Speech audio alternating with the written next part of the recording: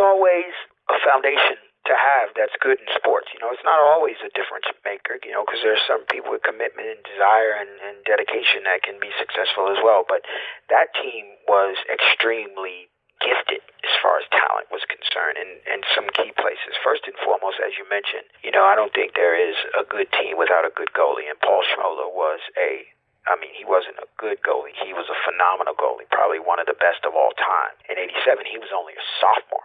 His talent was stunning.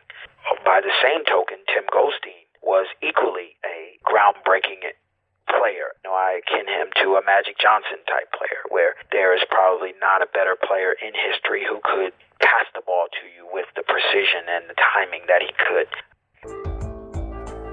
This is the Fredopieshow, where we share lacrosse stories and life lessons from coaches, players, parents, and experts. I'm your host, Fredopieshow, a former Syracuse University and U.S. national team player. Today on the Fredopieshow, Cornell University All-American defenseman Aaron Jones, another product of Hempstead High School. Aaron Jones is the CEO of Mental Lacrosse, an organization located in Boston, Massachusetts that uses lacrosse to teach life skills to its residents.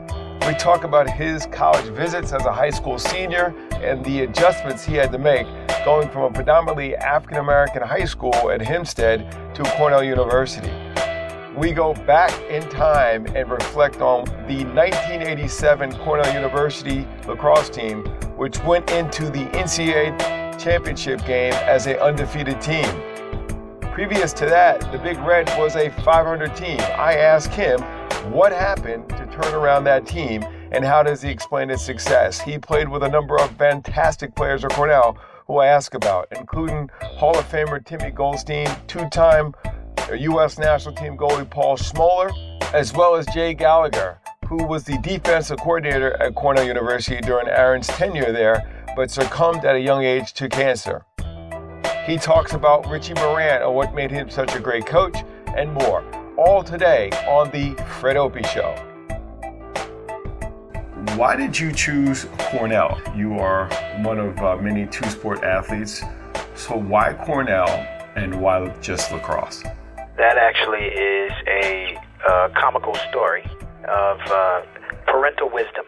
Recruited to play a number of sports and was fortunate enough to be accepted at University of Maryland and University of North Carolina to play football, and was anxious to go to either one of them. And my mother, upon returning home from one of my numerous recruiting trips during my senior year, had laid out acceptance letters on my kitchen table.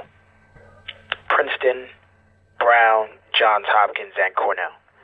And she said, these are the schools that you're going to choose from. I chose Cornell sight unseen, under obligation to listen to my mother, conditioned to understand that whatever she said was the rule. I followed her instructions. Aaron's mom was a high school teacher at the school where he went, and she was loved, feared, and revered. That's probably a very accurate and kind description of her. That comparison between famous or infamous, and my mom was probably a combination of the two. So when you went to Cornell, did you try football as well? I played football my freshman year at Cornell. The football team was rebuilding at that time. It was enough for me to concentrate on one sport. Transitioning from Hempstead to an atmosphere like Cornell was very overwhelming in an environment where I was one of only a very few persons of color on the entire campus. And Cornell is, unlike most Ivy League institutions, Cornell is a big school. It's over 20,000 students. And of course,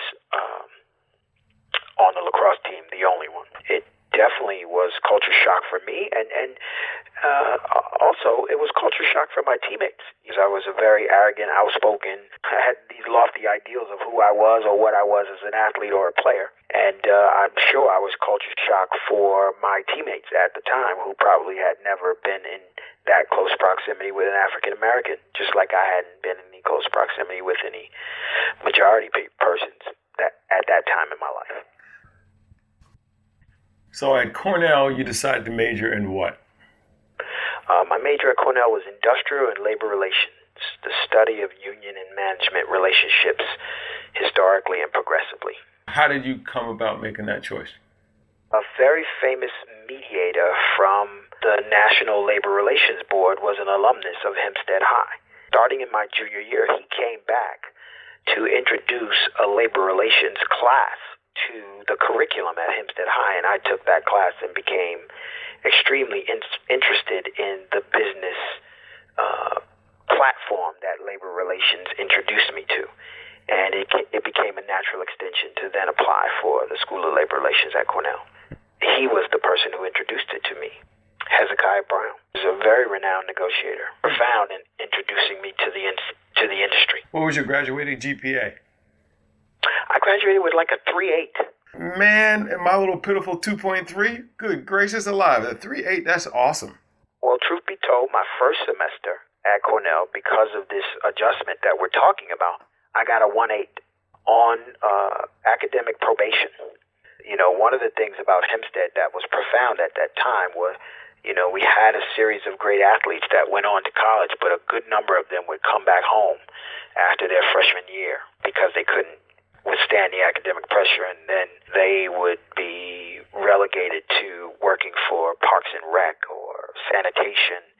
And not to insult anybody in that career, but I definitely had more aspirations for myself.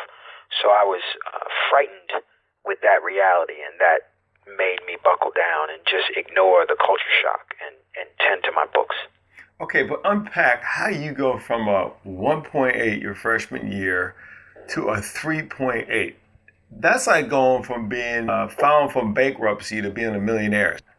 First, it was about ignoring the environment. You know, I was just a little intimidated by the fact that I was one of very few African Americans on campus, and I sort of had a deer in headlights kind of reaction to it. Intimidated me to the degree that I wasn't really concentrating on my work. I had to start concentrating on it. And secondly, I actively sought tutorial help.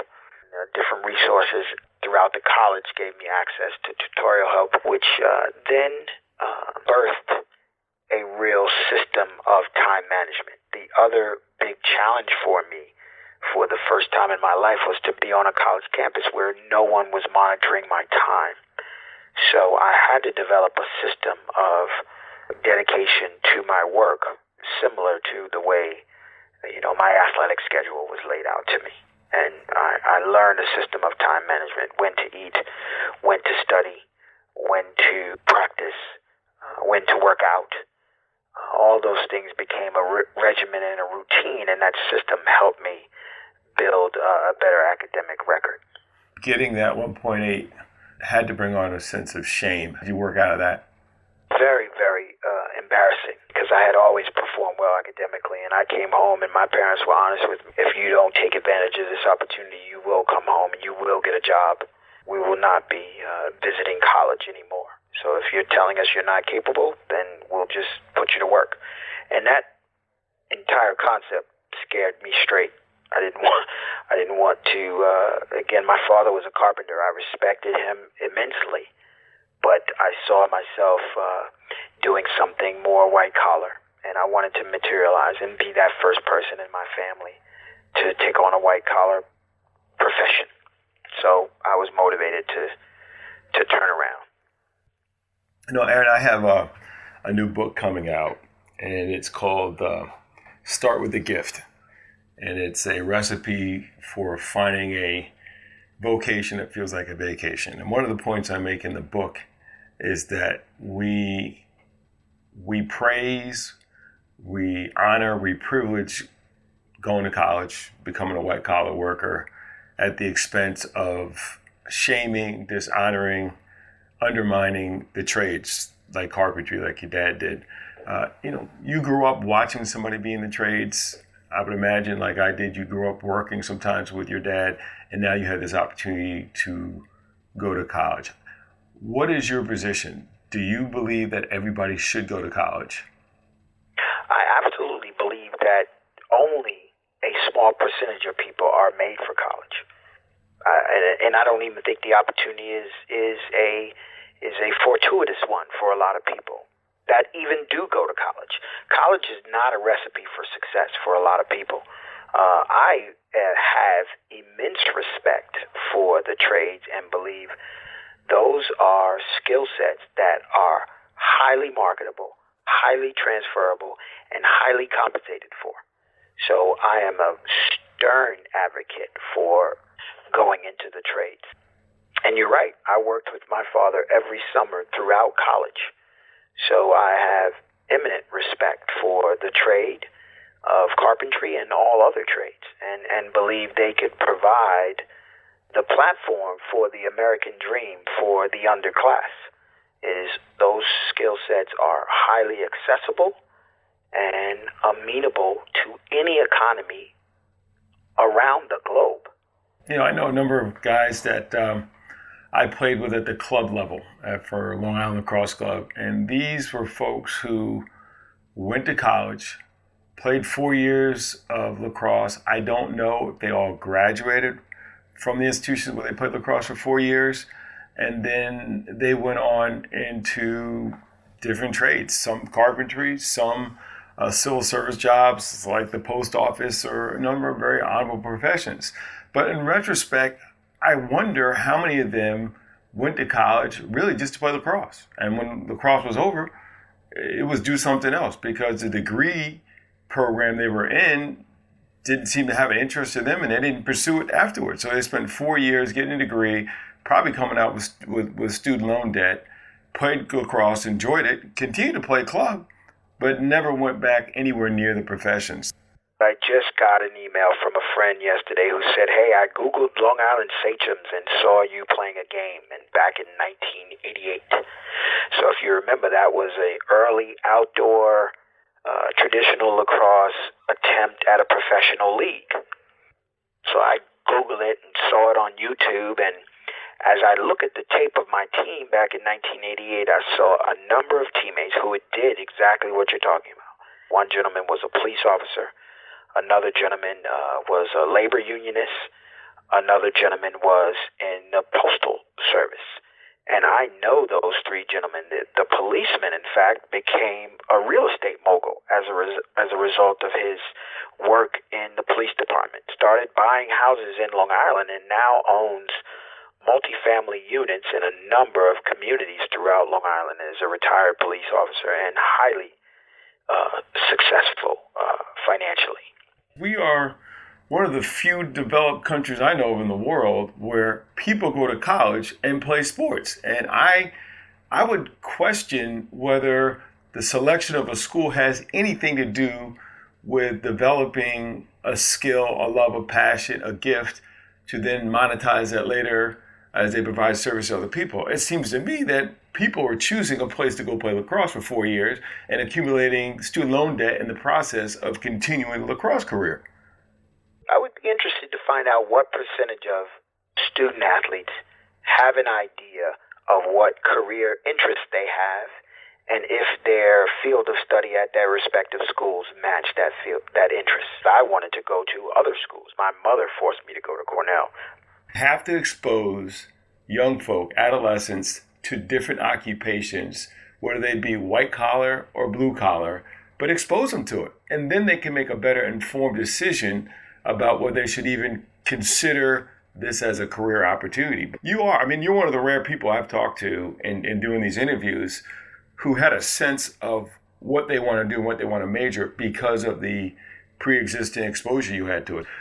Take a kid to work day. Those things are super important. I know with Mental Lacrosse, as a former board member, that we have a program where we try to get the members of the participants to then, shadow a professional at whatever area. I think that needs to happen, but I also think it needs to happen with the trades that take your kid to work if you're in a particular profession to see what they do. And, not just when they're, 18, 19 home from school like me and you were, and we're working with their parents, but when they're younger, to expose them to the field. Let them see what people are doing, whether it's white collar or blue collar. Well, I couldn't agree more. One, I think exposure to career opportunities is something, especially in the underclass or lower middle class or middle class neighborhoods, is very important because you want the kids to be aspirational and maybe learn or understand that there are opportunities beyond the environments that they're used to. And exposure is a beginning point to them feeling like getting an understanding of what's available out here.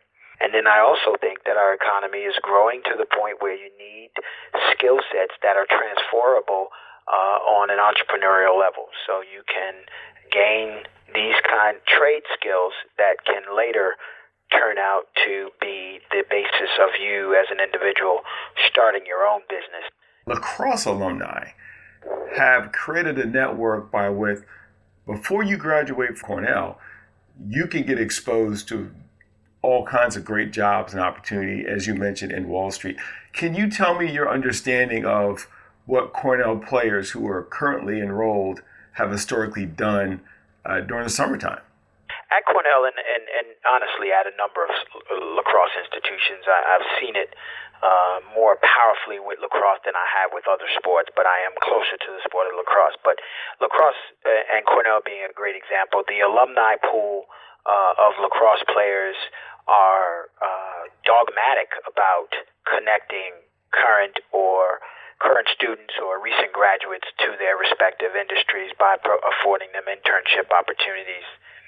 All of my friends and I enjoyed the opportunity to sit with alumni at their respective jobs, and coaches at the time implored us to engage alumni during our periods at Cornell to understand what opportunities could be afforded us. And it was the time of the crash of the 80s. Pretty dark time on Wall Street in particular, but still, alumni were highly interested in affording opportunities for us. And it's led to quite a number of people that are successful to this day because of the things they were exposed and introduced to while we were there. And I have in my office today a picture of my high school team and a picture of my college team side by side. And as I go through the graduates from those respective institutions, the careers and the upward mobility of the Cornell picture, of course, is drastically different than the Hempstead picture. But by and large, I accredit that to exposure and to opportunities that were provided. Not talent, not intelligence, not capability, just exposure.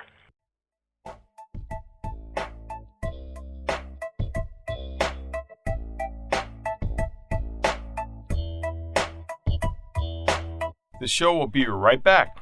For related content on negotiating the world of school and sports, visit our website at Fredopie.com. Check out our podcast archive and review the show on SoundCloud, Stitcher, and iTunes. The best way to support the podcast is to tell a friend, share the show on Facebook and Twitter, or send them to our website at Fredopie.com.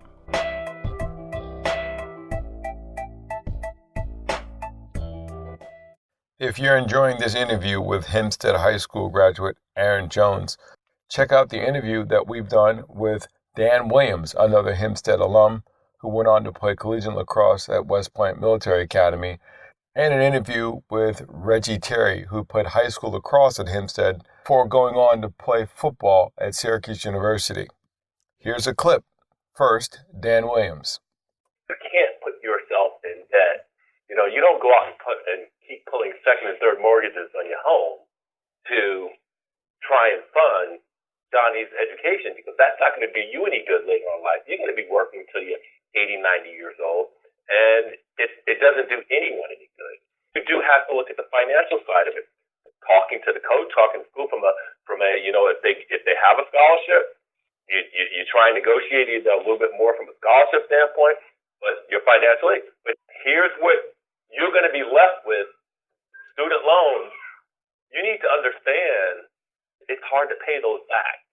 Here's a clip from the interview with Reggie Terry. He was always talented, but then he said, well, listen, maybe I need to lift weights a little bit. Well, maybe, Reg, what are you guys doing at Syracuse? So whenever I was home, we worked out together. My brother was a lacrosse coach with Mr. Hodish and those teams. On his games on Sunday afternoons, I would take him out and I would warm him up. He said, Reg, man, you used to try to kill me. I said, no, man, I was just trying to get you ready to play. But he would say those experiences really helped. I want to earn a scholarship. I want to play. Okay, be careful, because if you say those things, then I'm going to try to hold you accountable to what the expectation is. You can listen to these interviews and others like them at our podcast archive. Go to Fredopie.com and look for the link for our podcast. Now, back to the interview with Aaron Jones. The coach, Richie Moran, who's in the Lacrosse Hall of Fame. What do you think made him successful as a coach? I definitely think human spirit was his biggest attribute.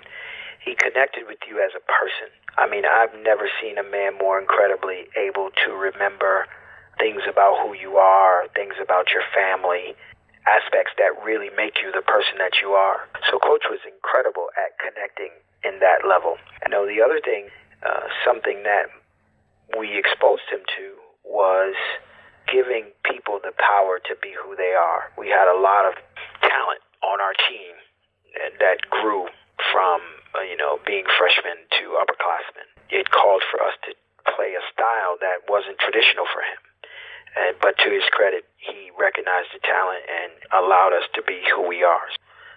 Jay Gallagher and his legacy. He was Tom Selleck's twin, first and foremost, so he was quite the imposing figure. The nicest and most compassionate man that I've, experienced at that point in my life. Had an incredible sense of belief in your ability. He would remind you of what you were capable of all the time. Be very instructional in how to help you get and maximize your capabilities. So he was the glue that held me together during my adjustment to Cornell my freshman and sophomore year. He was an amazing leader and mentor for me, formidable in his knowledge of the game and his ability to teach it. He grew up in Garden Cities. Be aware that Garden City and Hempstead were probably as opposites on the spectrum as they could be. Garden City being a white, affluent, suburban community, and Hempstead being exactly the opposite in every way, shape, and form. But he never made me feel like we were from opposite backgrounds. He would always remind us that we come from the same place, we're of the same stock, and we're going to achieve greatness together. And I always appreciated him for that. Him and his entire family, in fact, did that for me. Was Jay a Cornell grad? Yes, he was. I went into the office to talk to Coach Desko, had a chat with him right after practice, and essentially just in frustration said, what do I have to do to play? He said, square up, get on the guy's gloves, and you need to start hustling. I worked on what he said, and then throughout the off season when I was back home playing in summer leagues, I worked on that. What was something that Jay told you? I think it happened in an opposite way for me. Because I was a freshman, the defense were all upperclassmen at that time. And Jay did the opposite. Jay started me at the early portion of my freshman year. From his encouragement that I had greatness inside of me and I could be a formidable player at that school and at Division I, when he started me, it instilled an incredible level of confidence and confirmation in my mind that I could do it. And that it was up to me to honor the opportunity that he gave me. Started for the first half of the year, and then the second half of the year they moved me to long stick midi because I was hustling, and I was faster than pretty good on ground balls, tenacious on defense, and at the time the game was making that conversion to a lot of threats being from the midfield. So I took it that way, took it as an opportunity, but I wanted to get back to starting as one of the down low defensemen. Credit to him with giving me that opportunity to start. I always knew it was going to be possible. So other than that second half of my freshman year where I too was depressed because we did not have a good season. We were not playing well, and had a horrible season, and I was very depressed. But I said to myself I was going to come back, and I was going to start, and I was going to be an impact player. But Jay instilled the belief that that was possible for me. Played on the 87 team that went undefeated into the national championship? Yes. And you talk about a turnaround. I played against you for 2 years, and then I'm playing for Long Island Lacrosse Club, and that team that I put on Long Island had 9, maybe 10 repeating U.S. team members. Close to 9 of that team is in the National Hall of Fame, and you all came down and scrimmaged us at the beginning of the 87 season. And we were shocked. It was almost as though Coach Moran had pulled an 18-wheeler up to the field, backed it up, and let out a Tesla for the first time that nobody's ever seen a Tesla. The team was phenomenal. There's Timmy Goldstein. Probably one of the most interesting transitions I saw is Todd Francis, who scored, I think, 2 goals in that scrimmage against us. He was an amazing athlete. I mean, he was scary to play against.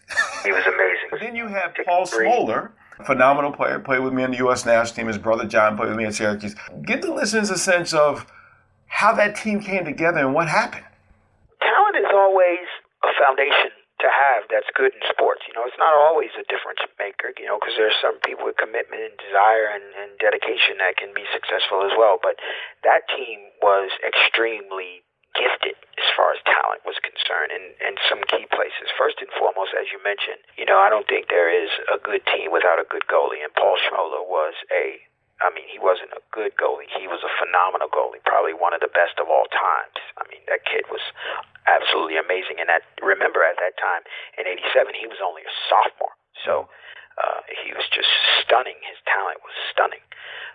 And by the same token, Tim Goldstein was equally a groundbreaking player at that time. Incredibly quick. I akin him to a Magic Johnson type player, where he may not do a lot of goal scoring himself as a lot of the great players have throughout history, but there is probably not a better player in history who could pass the ball to you with the precision and the timing that he could. And then we had an obscure talent in a little guy named John Wurzburger, who was probably 5'3", 5'4", but one of those uncannily gifted crease attackmen who could catch a ball anywhere you put it near him and put it on the cage. And then, just like with every other team, we had a cadre of people who played their roles just as they were called to play them and did their jobs phenomenally well. So all of those players were equally talented as well. It came together like a puzzle. The talent of that team started on defense with Paul, and then we had a good nucleus of defensemen that were equally talented and well-versed to stop anything that an opponent could offer. Our midfielders were extremely talented, but our success was in our speed, our athletic ability, and our capability to move the ball very fast from one end of the field to the other, and put it in the goal before you blink your eye. What did you learn about confidence from that 4-year experience of playing on it for 2 years essentially, or 3 years, kind of mediocre teams that had talents but did not perform to their ability? And then this last year where everything came together, what did you learn, particularly among those of you who were seniors who didn't enjoy success, and all of a sudden, were there situations where now we believe we can? I tell kids all the time that confidence is akin to faith to me. It's belief in things that sometimes are unseen, that you have to have an internal light or an internal vision. And confidence is not a byproduct of microwavable or fast or instant results. It's a belief in something that may take time for it to materialize. So to your point, my class came in as freshmen, and the team throughout our freshman and sophomore year did not do well. And junior year, we was sort of turning it around, but it was at a point during our junior year where we realized that we were a talented team and we were getting there. We were on the precipice of something that was formidable. So by the end of that junior year, we knew that we had sort of turned the tide. And the belief in ourselves, even when the results didn't particularly say so. The belief that we could be formidable that foundation had been laid. So we came in, worked very hard to be in shape and prepared for that senior season, and we had a chip on our shoulders to prove to ourselves that we could be formidable and we could bring back the history and the lore of what Cornell lacrosse meant to the lacrosse world at that time. And fortunately, we have the talent to back it up.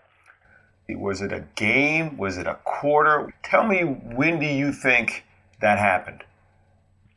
I think it happened somewhere like at the midpoint of our junior year.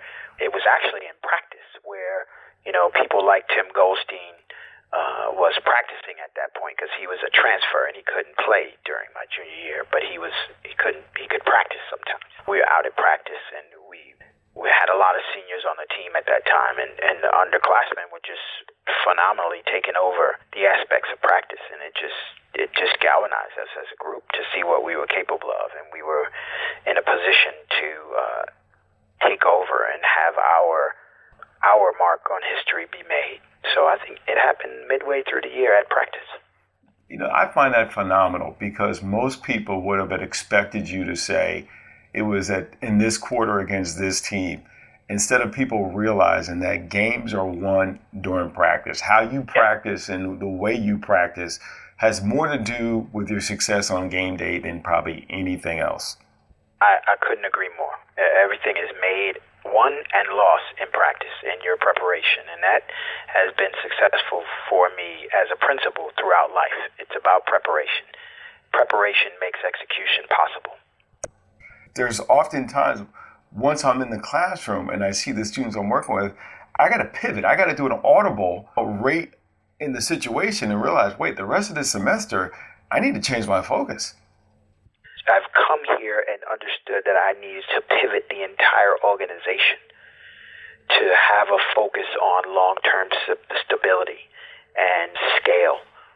Or I didn't come here thinking that I had to figure out a way to build the organization for long-term success or long-term sustainability. And quickly that became a realization that had to be my entire focus on this job. This is my first effort in the nonprofit industry, so it's been a lot of things that I've had to learn about that whole prospect of running a nonprofit organization and how it's funded and how it exists from year to year. If someone pledged $1 million per year for 5 years to Metro Lacrosse, what would you do with that money?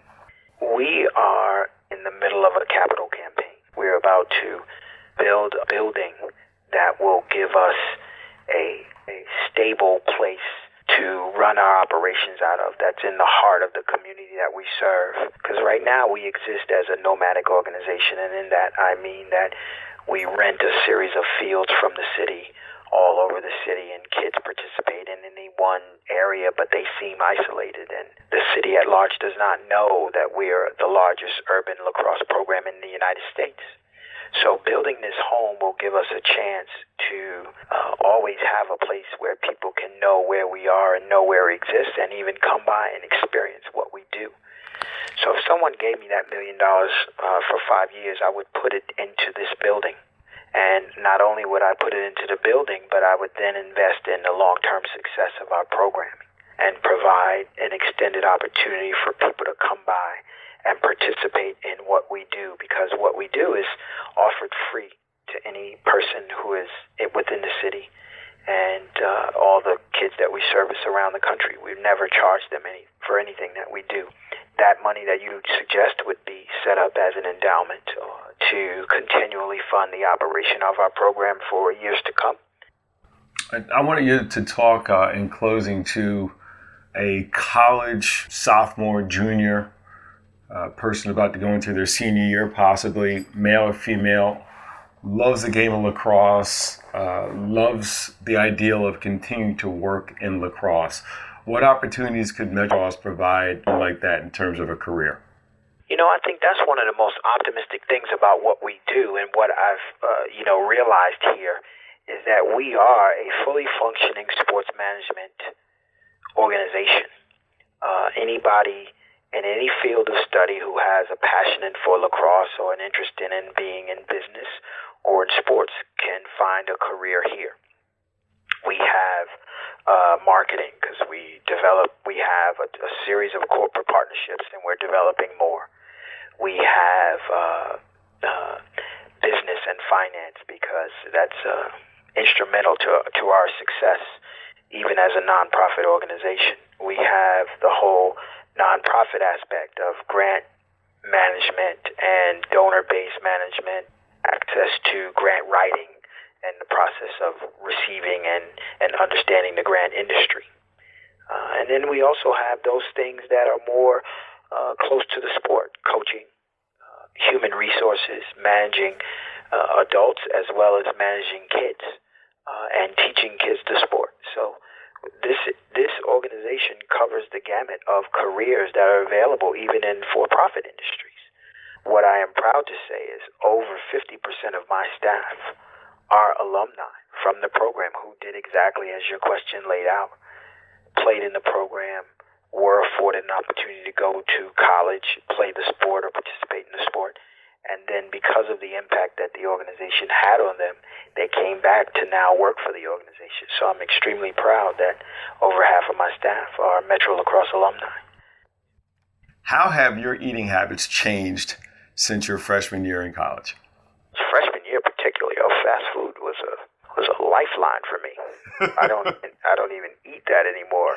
So it was actually, that's what I considered a good meal, a trip to McDonald's or Burger King. Now I eat healthy food. I lean on proteins and lean meat. I manage my carbs, and I am a totally converted, health-conscious individual at this point in my life. Out to dinner, my daughter plays AAU basketball, out to dinner with the team, the parents on the team, and someone was chastising me for what they said. My dinner was like a lean cuisine meal because I had grilled chicken with grilled vegetables, and they were like, well, everyone out at the table was eating all sorts of stuff that I just don't eat. One woman who was enthralled with what I was eating, she said, "You only live once. You should eat better than that." I said, well, that's actually the principle that I live by, that you only live once, and I should eat better. So you mentioned the website for Metro Lacrosse. Can you share it one more time, and any other ways people can learn about you and your work? Sure. Please visit www.metrolacrosse.com to learn about our organization and how you may be able to commit to our success by maybe making a donation or volunteering your time or volunteering the time of your family or your community. Maybe being invited to play a game or have a friendly competition could go a long way to helping us as well.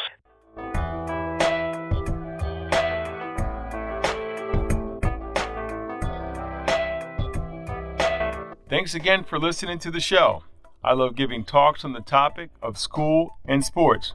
For more information, email the show at fdopie@gmail.com. Once again, that's fdopie@gmail.com. You can also contact us if you're interested in advertising on the show. The best way to support the podcast is to tell a friend, share the show on Facebook and Twitter, or send them to our website at fredopie.com. Thanks for listening, and be good.